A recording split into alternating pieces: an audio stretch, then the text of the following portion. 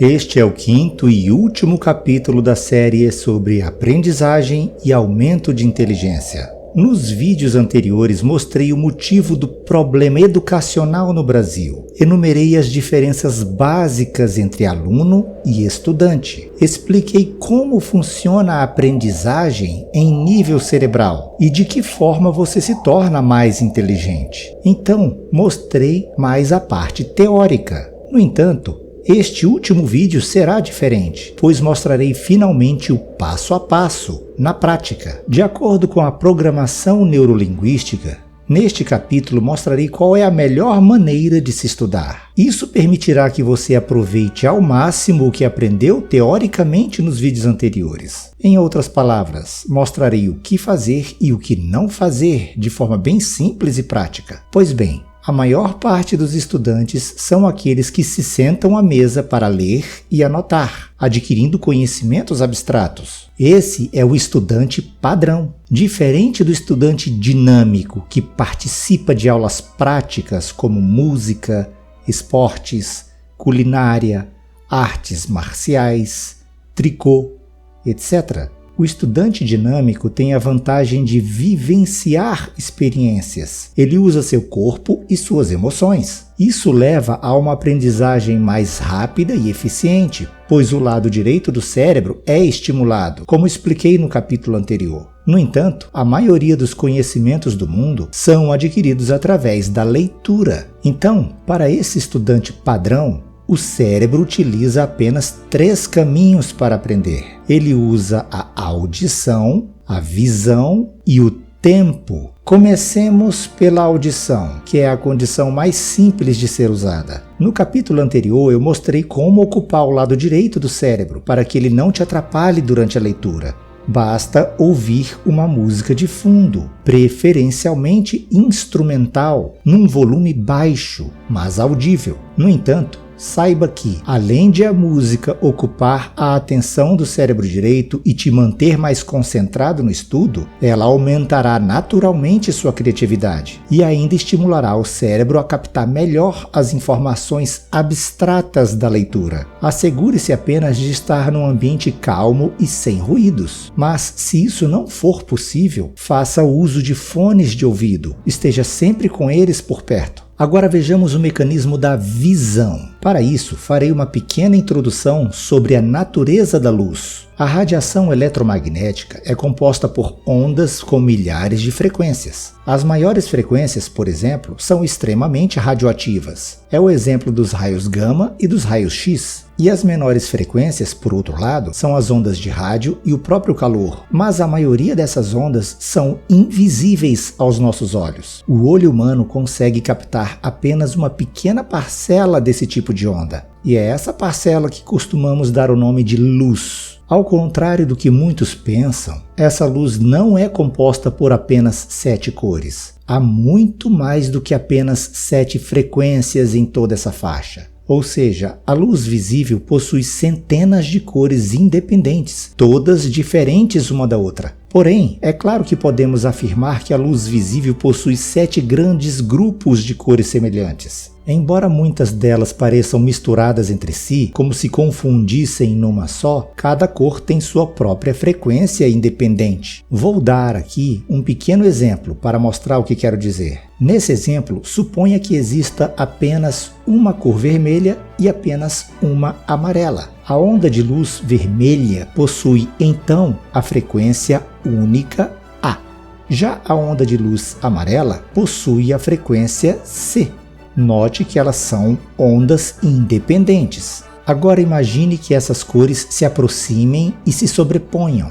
Então vai parecer que surgiu no meio da figura uma cor nova e diferente. Mas perceba que as luzes de frequência A e C não desapareceram. O vermelho e o amarelo continuam existindo normalmente. Então, o que você vê é apenas uma mistura entre elas. Essa mistura confunde seus olhos e causa uma ilusão da cor laranja. Mas apenas nesse exemplo não existe o laranja de verdade. Logo, não há uma frequência nova e diferente ali no meio. As frequências continuam sendo as mesmas das figuras anteriores, que estão juntas. Essa mistura entre a luz vermelha e amarela não forma o verdadeiro laranja existente na natureza. Para nossos olhos pode parecer a mesma coisa, mas a luz laranja de verdade não é resultado de mistura nenhuma. Ela tem sua própria frequência, que aqui exemplificarei como sendo B. Nesse exemplo simplificado, há apenas uma cor laranja, com sua frequência única. Mas na vida real, é claro que há muitos laranjas diferentes, cada um com sua frequência própria. Então saiba que as diversas cores da natureza, mesmo que parecidas entre si, não são resultados de misturas com outras. Elas são individuais. Mas alguns podem estar se perguntando: para que preciso saber disso afinal? Eis a resposta. Os monitores de TV, computador, celular, tablet e demais outros aparelhos emitem apenas 3 cores. Isso mesmo, esses aparelhos fazem uma combinação de somente 3 cores únicas. Ou seja, enquanto na natureza há centenas de cores diferentes, nos aparelhos digitais há apenas 3. Mas como nossos olhos se confundem facilmente com as combinações de cores, então 3 foram o suficiente para causar em nós a nítida ilusão de que estamos vendo várias cores distintas, como se a imagem realmente fosse da própria natureza.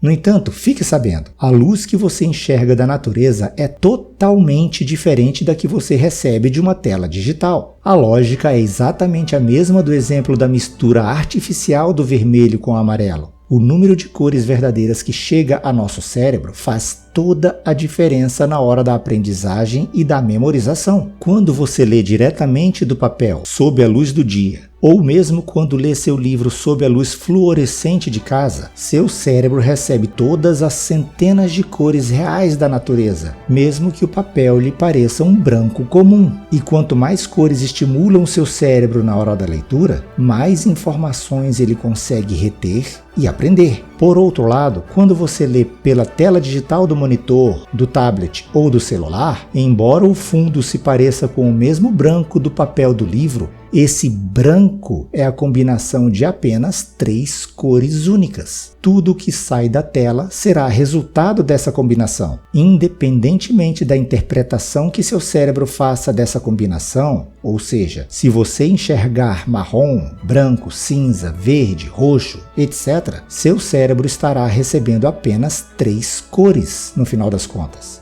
Isso significa que ele será bem menos estimulado do que com a luz natural do ambiente. Em outras palavras, o seu cérebro conseguirá reter apenas 30% da informação lida na tela. De todo o conteúdo disponível na leitura, sua atenção conseguirá se focar apenas numa parcela do que está escrito. Vejamos um exemplo. Normalmente, quando uma pessoa termina um trabalho no computador, ela faz uma leitura final, revisando tudo antes de imprimir. Mas quando ela imprime e lê o conteúdo no papel, quase sempre encontra erros que não tinha visto no computador antes. Então ela retorna ao arquivo e faz as correções. Esse ciclo se repete diversas vezes, pois toda vez que imprime, novos erros são encontrados. Isso acontece justamente porque o cérebro presta muito mais atenção e retém muito mais informação quando lê no papel. É como se o cérebro ficasse mais lerdo ou mais cego na frente de uma tela digital. Então, o conselho para quem prefere estudar pela tela do celular ou do computador é simples. Se for possível, quando você estiver estudando, tenha a seu lado uma impressora à sua disposição.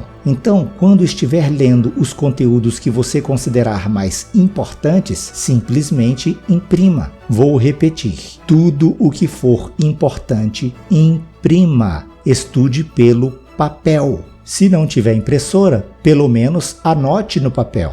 Bom, vimos até aqui como o cérebro de um estudante padrão se utiliza da audição e da visão para aprender. Vejamos agora o terceiro e último fator crucial que influencia sua aprendizagem: o tempo. Ilustrarei esse fator começando com um exemplo. Imagine 2 indivíduos que queiram muito passar num grande concurso público, mas as provas serão realizadas somente daqui a 3 anos. Então cada um deles pensou em estratégias diferentes para programar seus estudos. O primeiro indivíduo, vamos chamá-lo de João, resolveu dedicar 2 anos e meio de sua vida trabalhando mais arduamente, dobrando seu expediente. Tudo para conseguir juntar o máximo de dinheiro possível. Então, nos últimos 6 meses antes da prova, João pôde largar seu emprego com boa segurança financeira. Ele organizou muito bem toda a matéria das provas. Estava agora com tempo livre para mergulhar nos estudos. Com um dinheiro extra, João pôde entrar num cursinho preparatório com aulas e simulados durante o dia. Estudou com dedicação e afinco até durante os intervalos. Ele não deixou desperdiçar nenhum segundo de seu precioso tempo.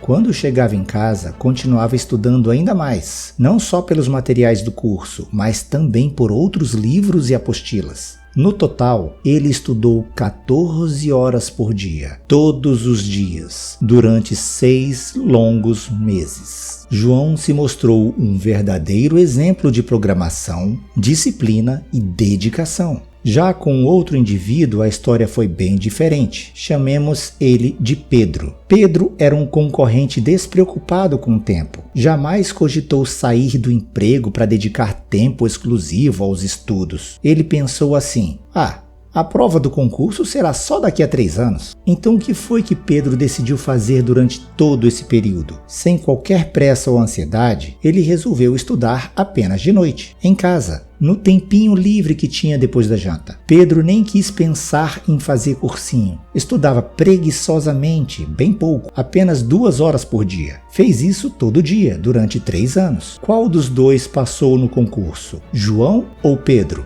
Pois é, foi Pedro que menos se dedicou e menos se preocupou com os estudos. Ele continuou vivendo normalmente sua vida, manteve o emprego, manteve a rotina com a namorada, com amigos, com família e deixava apenas 2 horas finais de seu dia para estudar. Pedro simplesmente usou o fator tempo da forma correta, respeitando os limites de seu cérebro. Pode ser que alguns poucos que se dedicassem apenas 6 meses estudando arduamente poderiam até passar na prova, mas nada teriam aprendido. No cargo ocupado, teriam que reestudar constantemente certos assuntos, só para se adaptarem às funções. Mas quem estudou respeitando os limites de seu cérebro, sem pressa, esse teria muito mais chances de passar e teria aprendido tudo, tornando-se apto para o serviço assim que assumisse. Para entender como isso funciona, façamos aqui uma analogia com academia de ginástica e musculação. Assim como é com os músculos, é também com o cérebro. Suponha que você entre na academia com o objetivo de aumentar o bíceps, músculo do braço. Todos sabem que para aumentar o músculo, a pessoa precisa começar com pesos leves e malhar regularmente. Se a pessoa for disciplinada e reservar meia hora de alguns dias da semana, aumentando os pesos aos poucos, então daqui a alguns meses, seu bíceps ficará simplesmente do tamanho que ela desejava.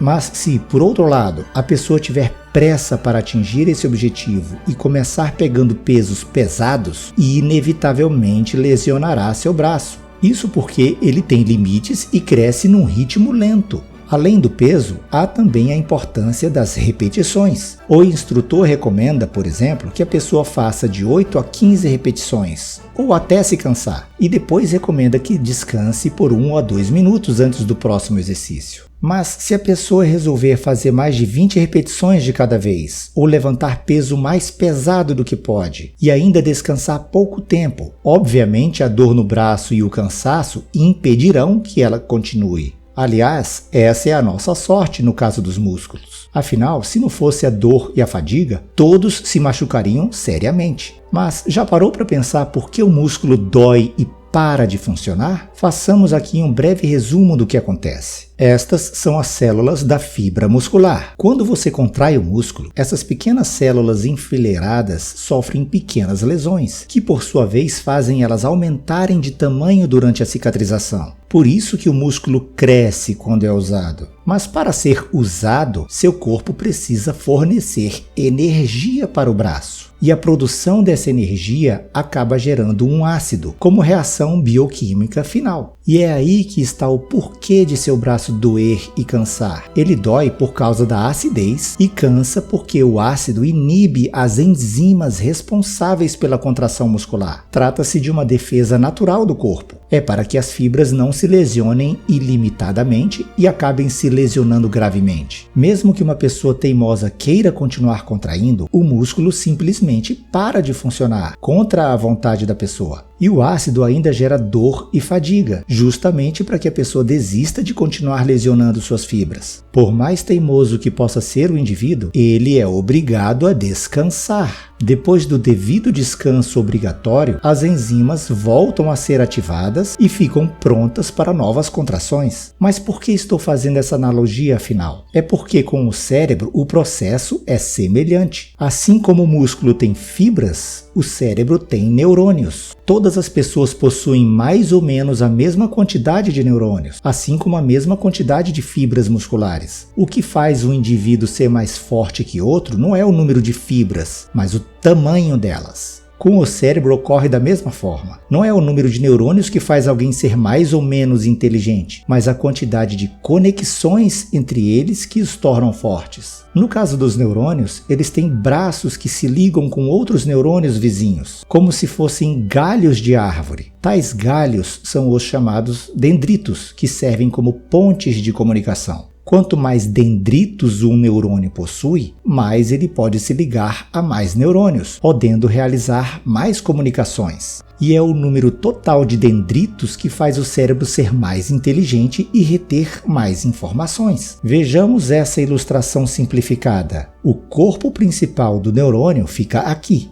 É essa a célula principal, com os dendritos ao redor como se fossem seus galhos. E é por esses galhos que a célula principal se liga e se comunica com outras iguais a ela. Quando você exercita seu cérebro com estudos, anotações e leituras, além das atividades dinâmicas e corporais que envolvem emoções e coordenação motora, mais dendritos começam a se formar no corpo dessa célula. E à medida que você usa corretamente seu cérebro ao longo do tempo, mais dendritos continuam a nascer e a crescer nesse neurônio. Diariamente, seus neurônios terão mais e mais dendritos, ligando-se a mais e mais outros neurônios, aumentando assim a comunicação entre eles. É assim que seu cérebro fica mais forte, ou seja, mais inteligente. Essa que é a forma de ele malhar. É como se os dendritos de cada neurônio fossem uma fibra muscular de um braço. Mas para que os dendritos dos neurônios cresçam e aumentem de número, são necessárias enzimas. Elas também participam da construção dos dendritos. E da mesma forma como acontece com os músculos, a produção de enzimas no cérebro também tem um limite. No exemplo do músculo do braço, o limite é de alguns minutos, com poucas repetições. Mas no caso do cérebro, o limite de produção das enzimas para a construção de dendritos é de 40 minutos. Ou seja, seu cérebro terá plena condição de estudar e aprender alguma coisa apenas dentro desse tempo máximo. Passando os 40 minutos, as enzimas simplesmente se esgotam. Sem as enzimas, os neurônios diminuem drasticamente sua atividade e energia, logo, não se constroem mais. Isso significa que o cérebro não possuirá a mesma atenção nem a retenção. Além disso, a memória do sistema límbico, que já é curta, vai diminuir. Nesse sentido, em poucas palavras, quando acabam as enzimas, você perde a atenção e a memória de curto prazo. Sabe aquele momento que você não consegue mais entender nada, nenhuma linha dos parágrafos que estava lendo? O problema é que isso não te impede de continuar. É porque, no caso do cérebro, não há produção de ácido, ou seja, seu cérebro não vai doer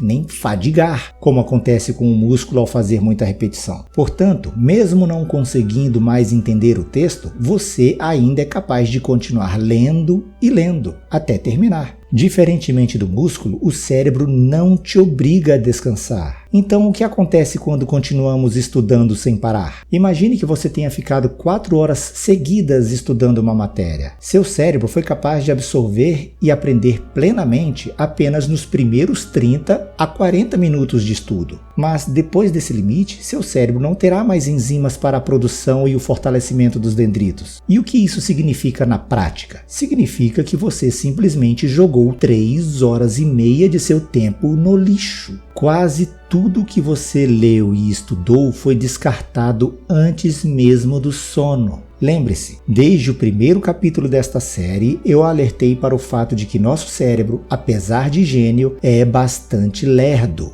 Ele é naturalmente lento em tudo. Os degraus que ele sobe são pequenos, então respeite os limites de seu cérebro. Quando você perceber que não está mais entendendo o que lê, pare.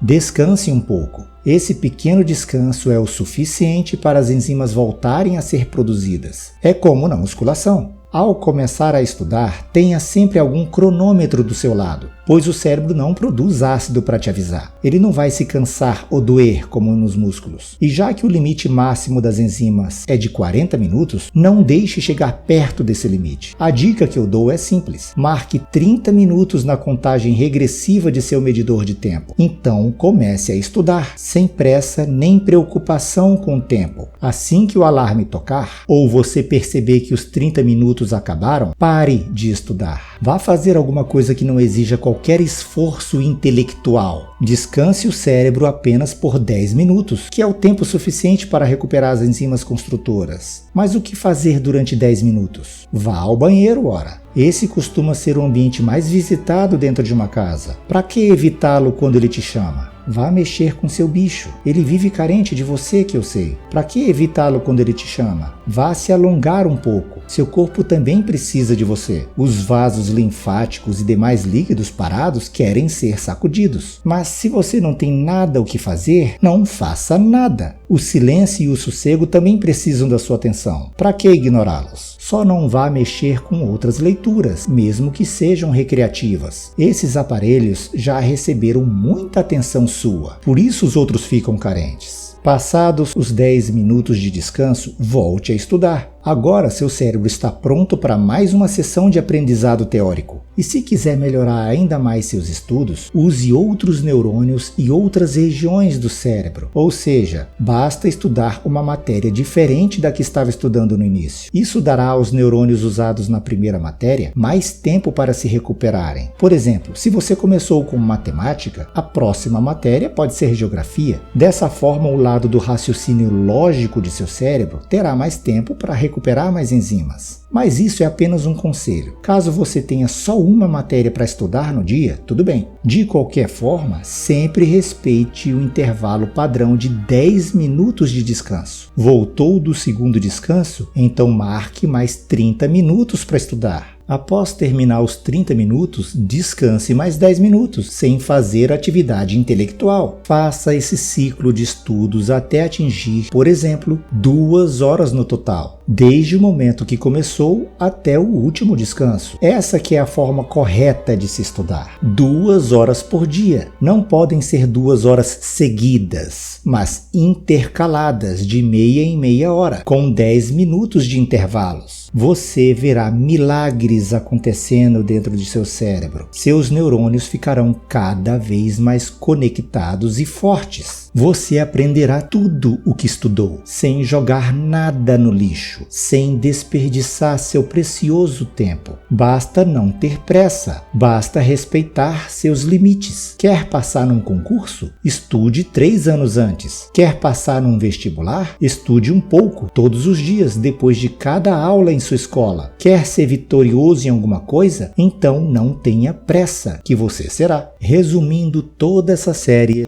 todo o processo de aprendizagem, como falei no primeiro capítulo, obedece a um ciclo máximo de 24 horas por dia. E esse processo tem apenas 3 fases que devem seguir a seguinte ordem. A primeira é entender.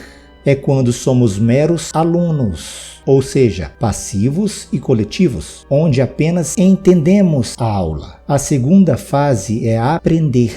Aí sim é quando somos estudantes, ou seja, individuais e ativos. Por fim, a terceira fase é fixar, ou seja, é quando vamos dormir. Nessa fase, nosso sistema límbico, como mostrei no capítulo anterior, fixa as informações mais importantes no córtex, que é onde fica nossa memória permanente, como um HD. E se eu pudesse resumir toda essa série em apenas 5 palavras, quais seriam elas? Aula dada, aula estudada hoje.